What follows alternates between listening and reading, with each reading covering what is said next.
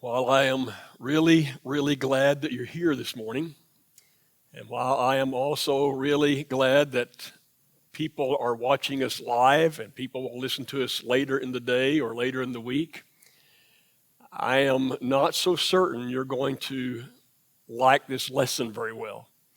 And because I don't think you'll like the topic of this lesson very well, I'm almost a little reluctant to try to speak it.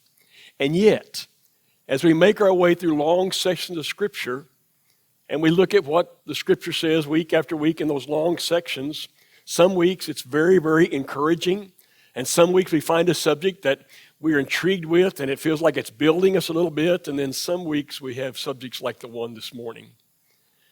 And so I want to introduce it with a question. And the question is, how do you feel about sin? And yes, that's the subject. We're going to talk about sin for a moment this morning. How do you feel about sin? And think about it like this. How do you feel about this sin that's out there in the distance, and it's so egregious, and it's so violent, and it's so horrible? How many things have we heard lately about young mother, wife being abducted and brutally murdered? How do you feel when you hear that kind of story? Or one I read 3 days ago, I think, where an elderly man is behind a counter, probably means he's my age, by the way, and I think it's at a convenience store or something like that, and a young hulk of a man walks in and reaches over the counter and grabs him by the head and takes a pistol and hits him once and twice and 3 times in the head, and then while he's falling to the ground, he walks over and stomps on him. How do you feel about that kind of violent, ugly sin? And perhaps you're like I in that you are angry, you're appalled. But then let's narrow it a moment. How do you feel about sin that's out in the distance but it's become kind of trivial, like lying? And so you see some of the top elected officials in our nation. They'll stand up and they'll give a speech. And you listen, you know it has to be a lie. And then they'll have fact checkers that come along and say it once and twice and 3 times and maybe even more than that in one speech. They boldly tell us a lie. And yet it's become so common to me that I don't find myself so appalled by it. But the real question is, how do you feel about sin in your own life? We have enormous capacity, don't we, to rationalize our own sins, to ignore our own sins. A friend of mine several years ago said, "Ken, what are your blind spots? What are those areas of your life wherein you have weakness that you're not thinking about? Where are those areas in your life where you don't even know you have deficiency? What are your blind spots?" And I'm kind of afraid that sometimes you and I have blind spots when it comes to our own sinfulness. How do you feel about sin? Well, I don't know how you feel about sin. I'm not even sure altogether how I totally feel about sin. Can you imagine? But I do know this. I know how God feels about sin. And God doesn't like it one tiny bit. In fact, how many times have I stood before you and told you that God is holy? He is holy. Which means He is set apart, which means He is totally different, which means He is righteous, which means He is sinless, which means He's pure in every way. And so pure, it's by His nature, it's by God's nature that He cannot stand sin. He cannot tolerate it, and He certainly can't associate it with it. And that's the reason why when people sin, God is separated from them.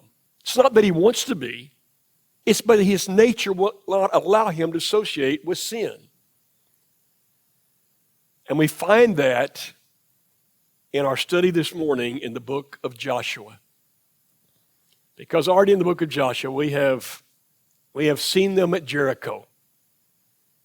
It's an amazing story. The soldiers of the army of Israel have seen the walls literally crumble around that city. And they have gone into the city, and they've gone into the city to kill the people. But as they go into the city, God gives them one instruction. He gives them one rule. And Burke's going to put the rule on the screen. It's in chapter 6. He said, when you soldiers go into the city, I want you to stay away. And by the way, Burke's going to put a lot of scriptures up this morning. But for the sake of time, I'm going to kind of tell the story. You can read and see. But he said, when you go into the city, there are going to be a lot of things there of value. There are going to be gold things and silver things and bronze things and iron things and other things. I don't want you to take anything for yourself. Don't take anything for yourself. Reserve those precious things for the Lord's treasury. Now, if you take this for yourself, look at the last part. You'll make the camp of Israel liable to destruction and bring trouble on it. Now, everybody got the instruction clear? I'm going to give you the city. It's going to be yours.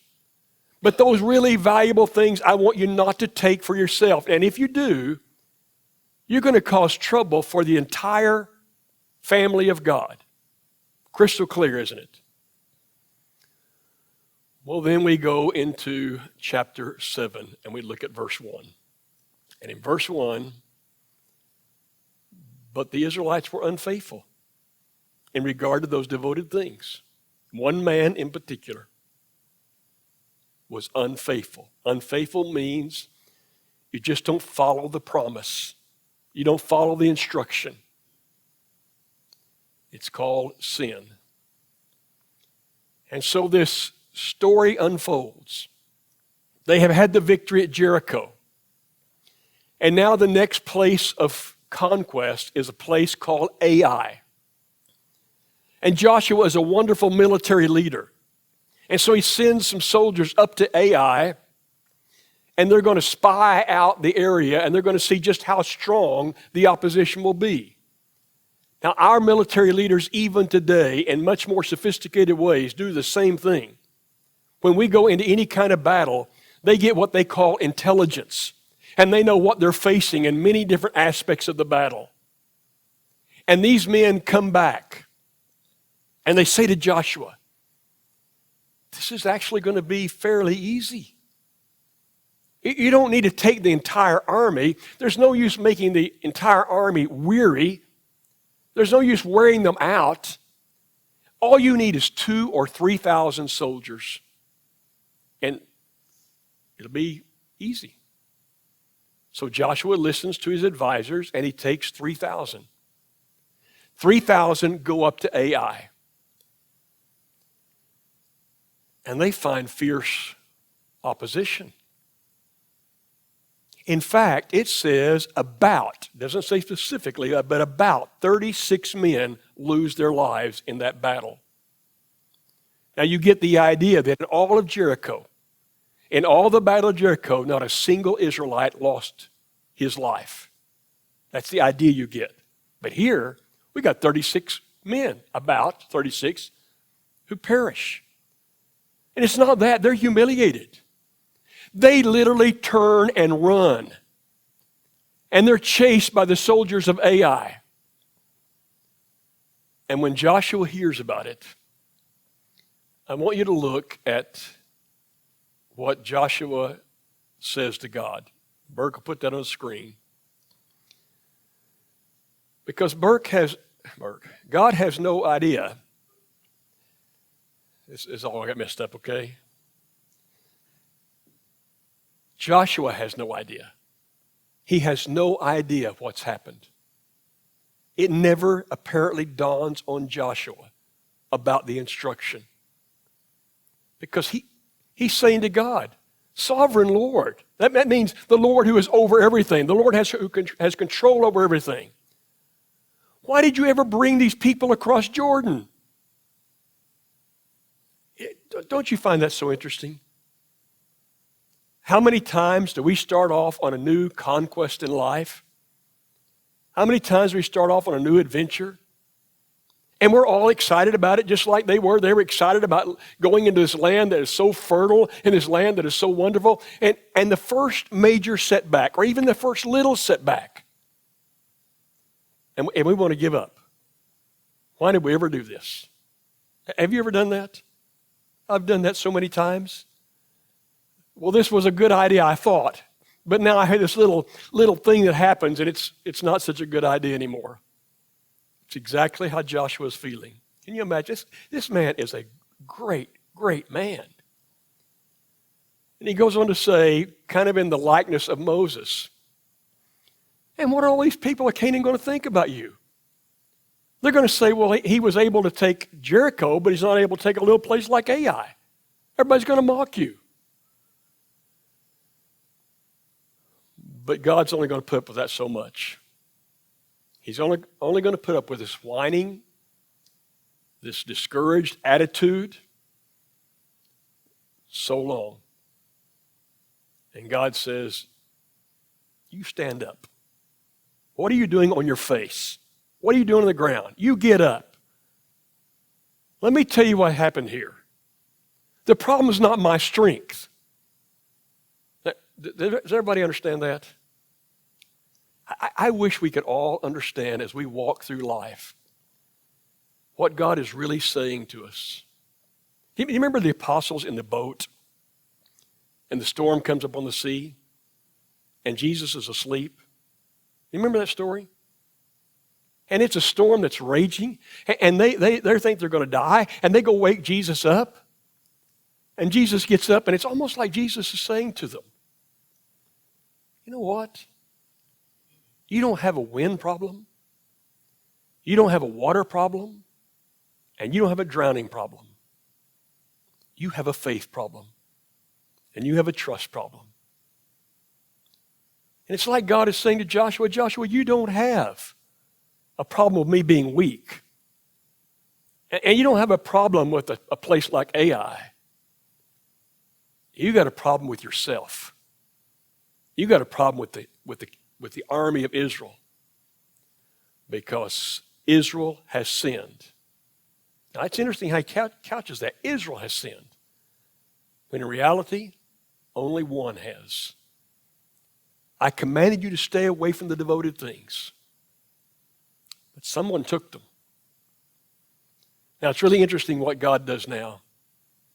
God says, I want you to call all the tribes together. Now, that would have been a big monumental task. I don't know how long this process takes. Bring all the tribes together. I'll choose the tribe wherein the sin lies. Now, if you were lining up to be inspected by God, wouldn't you kind of wonder, is it my tribe? Wouldn't you be a little nervous? And after I choose the tribe, I want you to bring all the clans forward in this tribe. And I'll choose the clan wherein the sin lies. And after I choose the clan, I want you to bring all the families forth. And I'll choose the family wherein the sin lies. That's a long process.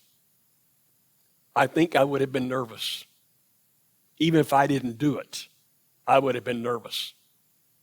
Wouldn't you? You ever seen these shows where they have this lineup and they're behind this glass where they can't see through and some witness is back there and they're looking at the lineup of people?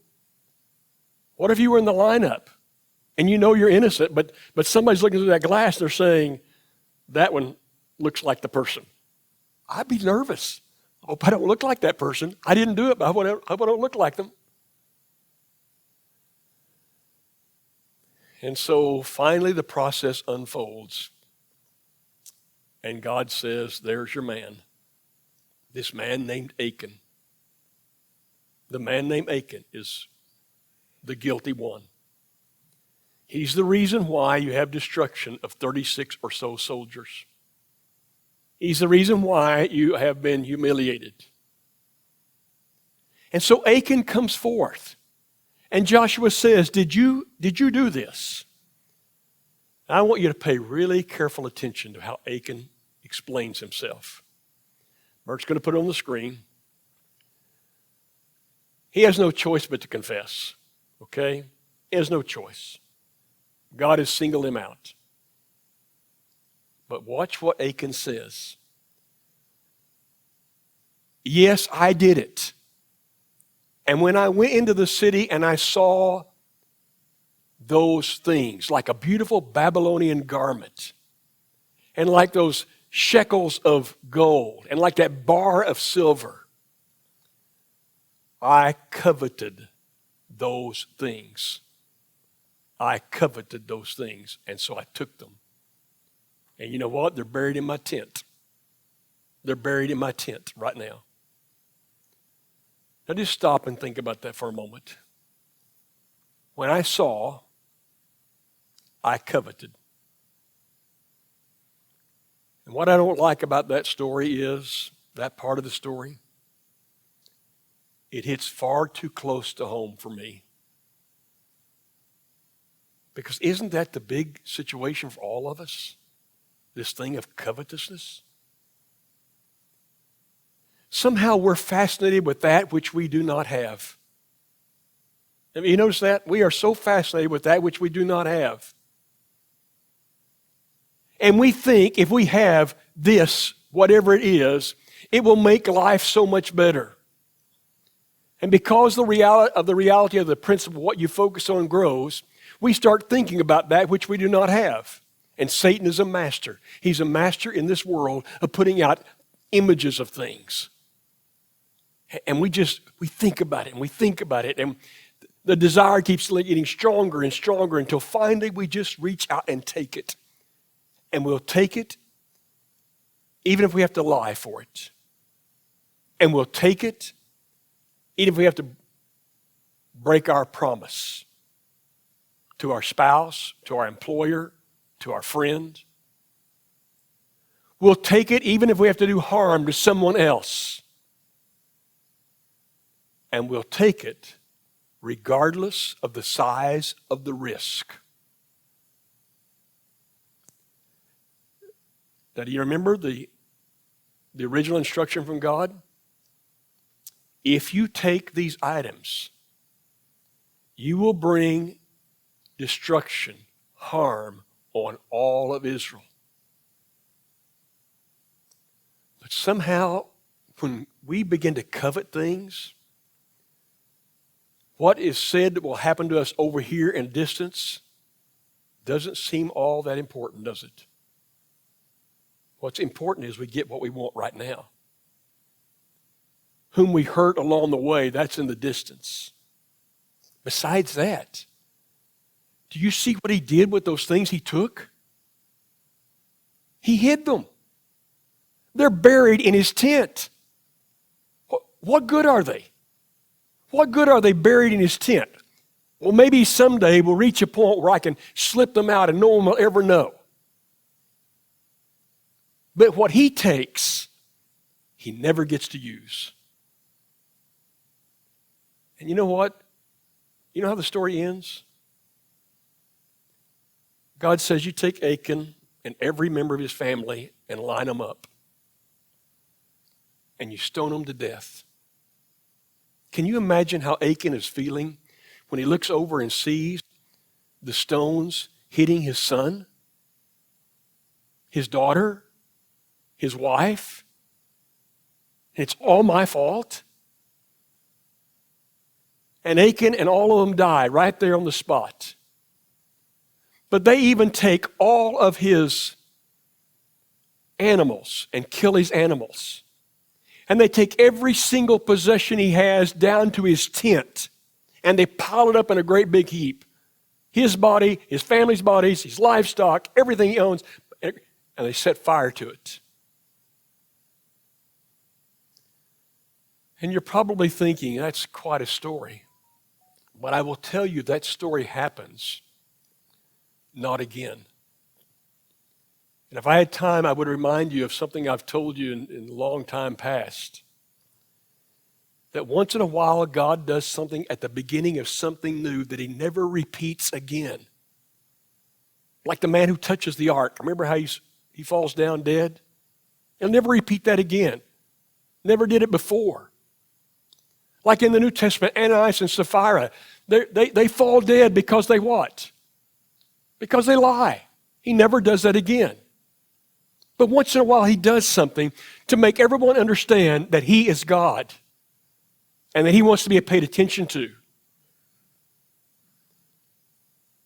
And so, yes, there are two lessons. One is that sin is serious.